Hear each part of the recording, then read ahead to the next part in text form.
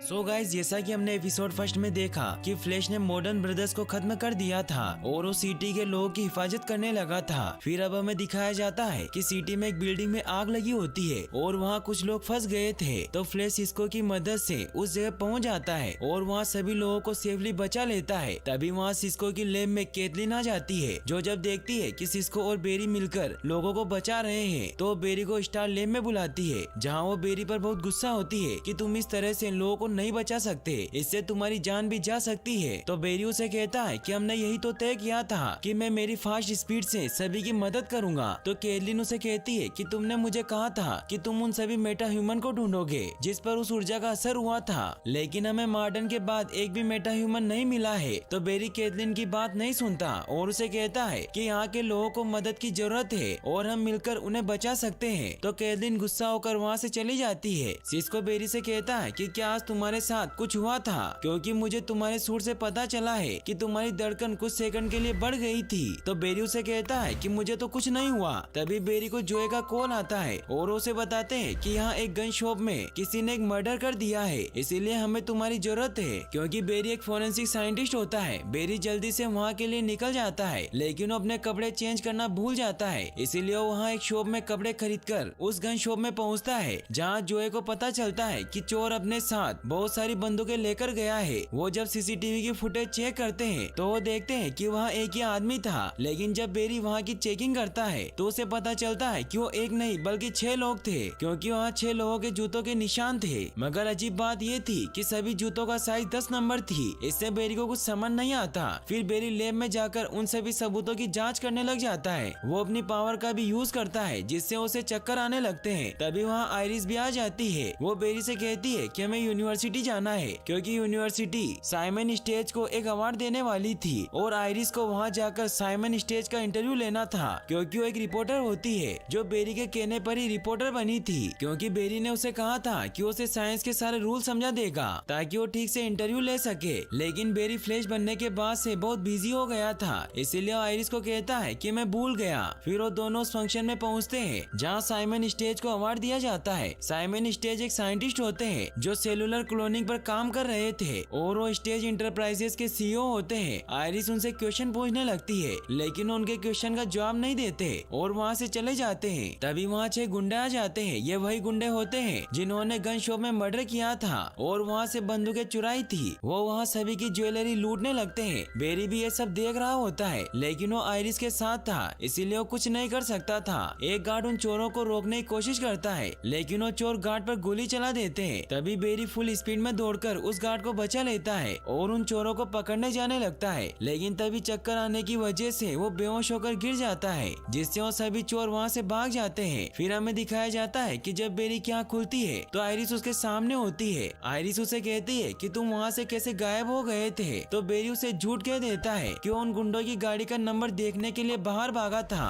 और वो बेहोश हो गया। फिर वो जोए और एडी के पास आते हैं, क्योंकि वो वहाँ इन्वेस्टिगेशन कर रहे थे। गार्ड उन्हें बताता है कि वो गुंडे मुझे गोलियों से मारने वाले थे, लेकिन तभी मैं अचानक बाहर था। तो जोए से समझ जाते हैं कि बेरी ने उसे बचाया है। वो बेरी को अपने साथ लेकर जाते हैं। बेरी जोए को कहता है कि ये वही लोग थे जिन्होंने आज सुबह गन शॉप में चोरी की थी। जोए उसे कहते हैं कि तुम्हें उन चोरों के पीछे नहीं भागना चाहिए था, क्योंकि बुरे लोगों को पकड़ना तुम्हारा काम नहीं है बल्कि मेरा है, इसीलिए तुम मुझसे वादा करो कि अब तुम ऐसा कुछ नहीं करोगे। तो बेरी उनसे वादा करता है। फिर बेरी जब स्टार लैब में जाता है तो कैथलीन बेरी पर बहुत गुस्सा होती है कि तुमने हमसे कुछ क्यों नहीं कहा कि तुम बेहोश हो रहे हो, क्योंकि इससे बेरी को हार्ट अटैक भी आ सकता था। फिर वो सभी बेरी के टेस्ट की तैयारी करते हैं ताकि वो चेक कर सके कि बेरी को चक्कर क्यों आ रहे हैं। सिस्को ने बेरी के लिए एक खास तरह की ट्रेडमिल बनाई थी जो बहुत ही फास्ट थी। बेरी उस ट्रेडमिल पर फुल स्पीड में दौड़ने लगता है। फिर वो सभी बेरी के हेल्थ के बारे में चेक करते हैं तो उन्हें पता चलता है कि बेरी का ग्लूकोज लेवल कम है। इससे वो समझ जाते हैं कि बेरी ग्लूकोज की कमी की वजह से बेहोश हो रहा है। वो बेरी को रुकने को कहते हैं, जिससे बेरी पीछे टकरा जाता है। वहीं डिटेक्टिव जो है जब लैब में पहुंचते हैं तो देखते हैं कि बेरी वहाँ नहीं होता, लेकिन उन्हें वहाँ स्टार लैब की टी शर्ट दिखाई देती है, जिससे वो समझ जाते हैं कि बेरी जरूर स्टार लैब गया होगा। वहीं बेरी की जब आँख खुलती है तो कैथलीन उसे बताती है कि तुम बेहोश हो गए थे क्योंकि तुम्हारे शरीर में ग्लूकोज की कमी है। तो सिस्को उसकी नई डाइट बनाता है और उसे कहता है कि तुम्हें ग्लूकोज की 40 बोतलें चढ़ानी होगी, क्योंकि तुम्हें ग्लूकोज की बहुत कमी है। तभी वहाँ जो जोए भी आ जाते हैं। हैरिसन उन्हें कहते हैं कि बेरी हमारे साथ काम कर रहा है और हम उसकी मदद कर रहे हैं। तो जोए उसे कहते हैं कि अगर तुम सच में बेरी की मदद करना चाहते हो तो तुम बेरी को रोकते,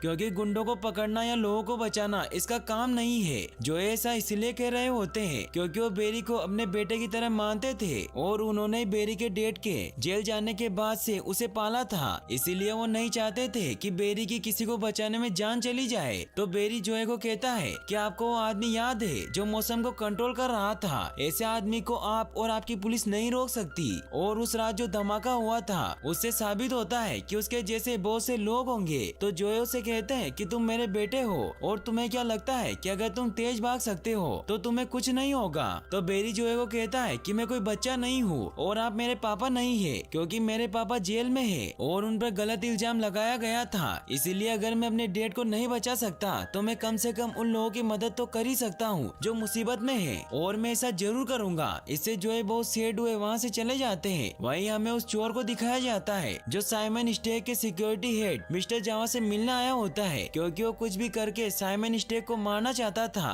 और वो चोर और कोई नहीं बल्कि डेंटन ब्लेक होता है जो कि एक साइंटिस्ट था, और वो पहले साइमन स्टेक के साथ एक क्लोनिंग पर काम कर रहा था, लेकिन साइमन स्टेक ने उसकी खोज चुरा ली, जिसकी वजह से वो अब साइमन स्टेक को मारना चाहता है। वो जावा से साइमन की सारी जानकारी मांगता है, लेकिन जावा उसे कोई भी इंफॉर्मेशन देने से मना कर देता है और उसे एक जोरदार मुक्का मारता है, क्योंकि उसे लगता है कि वो अकेला है। तभी ब्लेक खुद से अपने बहुत सारे क्लोन बना लेता है। इससे हमें पता चलता है कि वो भी एक मेटा ह्यूमन होता है। वो अपने सारे क्लोन से जावा पर अटैक कर देता है और उसे मार देता है। वहीं फिर अगले दिन हमें जोए को दिखाया जाता है जो बेरी के पास आते हैं और उसे बताते हैं कि कल रात साइमन के सिक्योरिटी हेड का मर्डर हो गया है। फिर वो उसे कुछ सबूत देकर कहते हैं कि हो सकता है कि ये सबूत हत्यारे के ही हो। ये कहकर वो स्टेक से पूछताछ करने के लिए चले जाते हैं। तभी वहाँ आयरिस भी आ जाती है। वो उसे कहती है कि तुम परेशान क्यों हो और तुम मुझसे क्या छुपा रहे हो, लेकिन बेरी उसे कुछ नहीं बताता और वो जोए के दिए गए सबूतों को चेक करता है। तो उसे पता चलता है कि कल रात जिसने जावा का मर्डर किया था उसके स्किन सेल्स बहुत अलग है, जो खुद की बॉडी को बहुत सारे क्लोन में बदल सकता है। वहीं हमें दिखाया जाता है कि जोए और एडी मिस्टर स्टेक के पास जाते हैं और उसे कहते हैं कि डेंटन ब्लेक ने आप पर केस किया था, लेकिन उस केस की सुनवाई नहीं हुई, इसीलिए शायद वो आपको मारना चाहता हो। तो स्टेक कहते हैं कि वो मुझे नहीं मार सकता क्योंकि वो कोई किलर नहीं है। तभी वहाँ ब्लेक अपने दो क्लोन के साथ आ जाता है और उन तीनों पर फायरिंग करने लगता है। एडी स्टेक को लेकर वहाँ से चला जाता है ताकि वो उनकी जान बचा सके। तभी जोए देखते हैं कि ब्लेक एक मेटा ह्यूमन है जो खुद के क्लोन बना सकता है। यह देखकर वो काफी परेशान हो जाते हैं। ब्लेक उन्हें मारने के लिए आने लगता है, लेकिन तभी वहाँ फ्लैश पहुँच जाता है और वो जोए को बचाकर बाहर ले आता है। फ्लैश ब्लेक को कहता है कि खुद को हमारे हवाले कर दो, लेकिन ब्लेक कहता है कि जब तक साइमन मर नहीं जाता तब तक मैं खुद को तुम्हारे हवाले नहीं करूंगा। तो फ्लैश ब्लेक को मारने लगता है, लेकिन फ्लैश अपने बहुत सारे क्लोन बना लेता है और बेरी पर अटैक कर देता है। बेरी उन सभी के सामने बहुत कमजोर पड़ जाता है। ब्लेक बेरी को शूट करने लगता है, लेकिन बेरी अपनी फुल स्पीड से वहाँ से निकल जाता है। वो स्टारलैब पहुँचता है जहाँ कैथलीन उसका इलाज करती है। बेरी उन्हें कहता है कि मैंने ब्लेक को खुद के क्लोन बनाते हुए देखा। तो हैरिसन उन्हें बताते हैं कि हो सकता है कि जब वो उस रात क्लोनिंग पर रिसर्च कर रहा होगा तो वो उस दिन कणार गुर्जा की चपेट में आ गया होगा, जिससे वो मेटा ह्यूमन बन गया है। बेरी को कुछ समझ नहीं आता है। उसे लगता है कि वो ब्लेक को नहीं रोक सकता, इसीलिए वो सभी को कहता है कि जोए सही कह रहे थे कि मैंने खुद को ज्यादा ही समझ लिया था,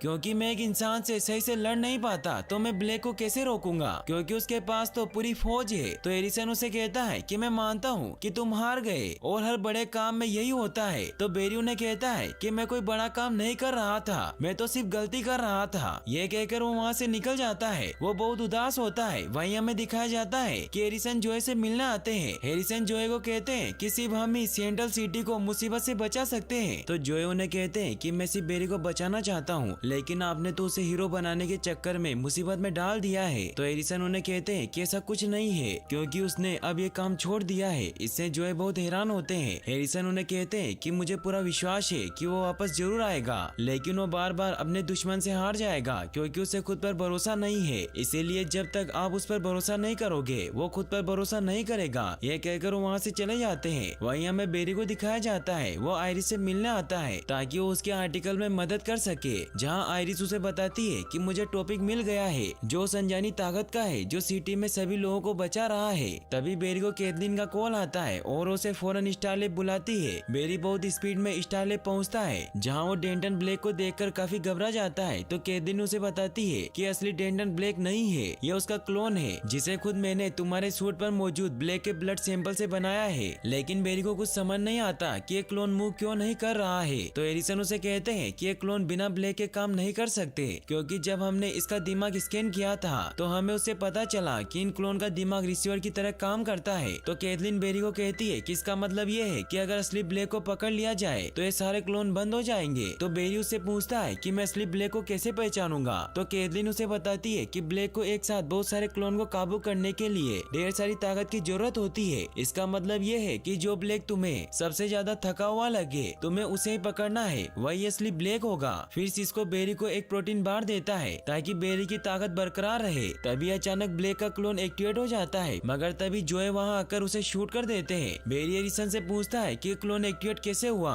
तो एडिसन उसे बताते हैं कि जरूर ब्लेक कहीं जा रहा होगा और जरूर ये उसी का पीछा कर रहा है। फिर जोए सभी से कहते हैं कि ब्लेक साइमन को मारने जा रहा है। तो बेरी उन्हें कहता है कि आपको पुलिस को इसके बारे में बताना चाहिए। तो जोए उसे कहते हैं कि पुलिस भी उसे नहीं रोक सकती, क्योंकि वो अब मॉडर्न जैसा बन गया है, इसीलिए सिर्फ तुम ही उसे रोक सकते हो। बेरी को इससे काफी कॉन्फिडेंस आ जाता है। वो अपना सूट पहनकर स्टेक इंडस्ट्रीज की तरफ निकल जाता है। वहीं ब्लेक स्टेक इंडस्ट्रीज पहुंचकर वहां के सारे गार्ड को मार देता है और फिर वो साइमन को भी मारने लगता है। लेकिन तभी फ्लैश वहां पहुंचकर साइमन को बचा लेता है और उन्हें एक सुरक्षित जगह छोड़ देता है। ब्लेक के बहुत सारे क्लोन साइमन को ढूंढ रहे होते हैं। ब्लेक के क्लोन फ्लैश को मारने लगते हैं, लेकिन फ्लैश अपनी सुपर स्पीड से उन सभी से बचता हुआ उन्हें मारने लगता है। ब्लेक फ्लैश को कहता है कि तुम्हें क्या लगता है कि मैं ये सब अपनी नौकरी के लिए कर रहा हूँ, बल्कि मैं ये अपनी वाइफ एलिजाबेथ के लिए कर रहा हूँ, क्योंकि मेरी वाइफ को दिल की एक बहुत ही खतरनाक बीमारी थी। कई सालों तक उसका इलाज चला, लेकिन कुछ नहीं हो पाया, इसीलिए मैंने उसके लिए क्लोनिंग से एक नया हार्ट बनाने का डिसाइड किया।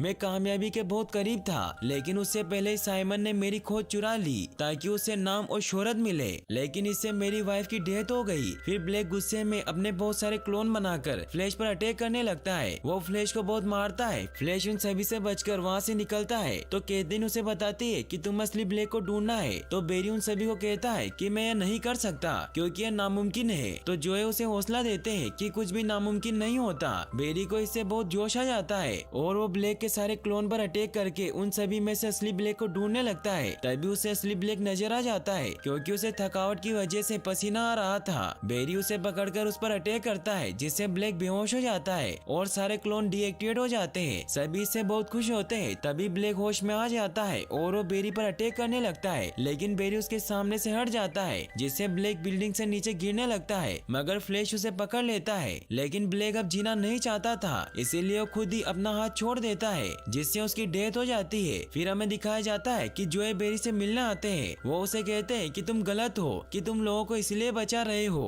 क्योंकि तुम अपने डेड को बचा नहीं पाए, लेकिन हम दोनों मिलकर उन्हें बचा सकते हैं और हम ये पता लगा कर रहेंगे कि वो कौन था जिसने तुम्हारी मोम का कत्ल किया, और हम तुम्हारे पापा को जेल से बाहर निकलवाएंगे। बेरी इससे काफी खुश होता है। वो जोए से कहता है कि आप मेरे पापा से कहीं बढ़कर है, क्योंकि आपने मेरा बचपन से ख्याल रखा है। इससे वो दोनों काफी इमोशनल हो जाते हैं। वो साथ में पिज्जा खाते हैं। इसी के साथ एपिसोड 2 यहीं पर एंड हो जाता है। फिर हमें हैरिसन का मिस्ट्री सीन दिखाया जाता है, जहाँ हैरिसन साइमन से मिलने जाते हैं, जहाँ साइमन हैरिसन को कहता है कि वो लाल मास्क वाला इंसान बहुत कमाल का था, इसीलिए अगर वो किसी तरीके से हमारे हाथ लग जाए तो हम पूरी दुनिया को बदल सकते हैं। लेकिन तभी हैरिसन व्हील चेयर पर खड़े हो जाते हैं और वो एक चाकू को साइमन के सीने में घुसाकर कहते हैं कि फ्लैश का जीना मेरे लिए बहुत जरूरी है। ये कहकर वो साइमन को मार देते हैं और यहीं पर ये एपिसोड फाइनली एंड हो जाता है। और गाइस, अगर आप इसका नेक्स्ट एपिसोड जल्दी देखना चाहते हैं तो मुझे कमेंट में जरूर बताएं, और इस वीडियो को लाइक और चैनल को सब्सक्राइब करने के लिए आपका तहे दिल से शुक्रिया। Thanks for watching.